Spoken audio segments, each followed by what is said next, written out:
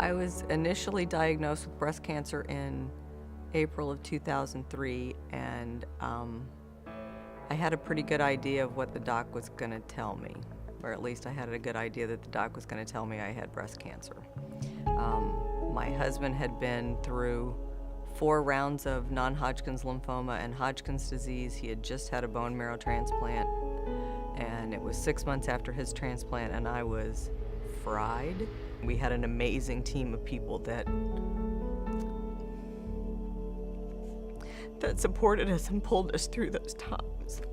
So when I got diagnosed, the team was just like, holy crap, let's pick up and go again. And so they were still in the process of supporting us when I got diagnosed. So we really just called on them for extra reinforcements, and they started bringing food again, and started coming to see what else we could do to help, and people pitched in to donate sick days, and so fortunately we were in that position because I didn't have the energy to rally that kind of support. So fortunately it was already in place for us. I mean, I discovered how many people cared about us, and in the ways they cared about us that I would have never known had I not been diagnosed, or I think I would never have known. I had chemotherapy for 7 months, and then was scheduled for mastectomy.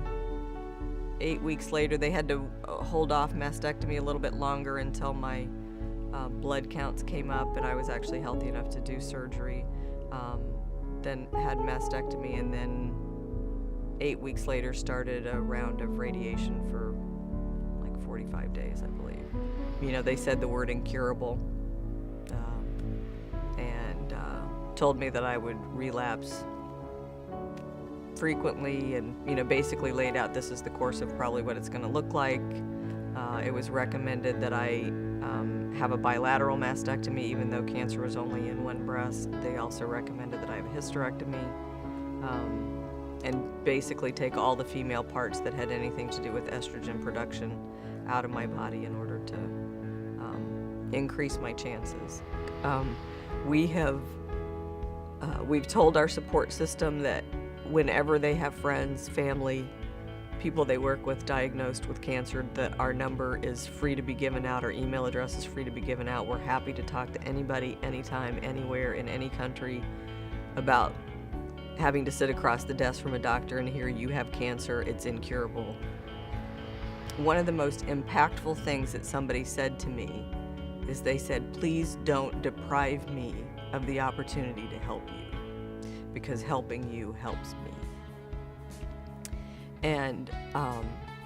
And that shifted me, and it shifted the doors to open up to allow lots of people to help. And I see having that team and being helped in a really, really different way. And so I think it is vital that anybody who's involved with anybody who's been diagnosed with cancer get involved to help. I absolutely have a future, and I'm dead if I don't. Is kind of the way I think about it. I have to send a message to cancer that you don't have me. I am gonna die someday, but I don't know that it'll be from cancer, and the only way I keep hope and positivity and keep my wits about me and keep sane is to say these are the goals that I have, and this is what I want to do, and this is where I want to go, and these are the people I want to help, and to set those goals and go about doing it.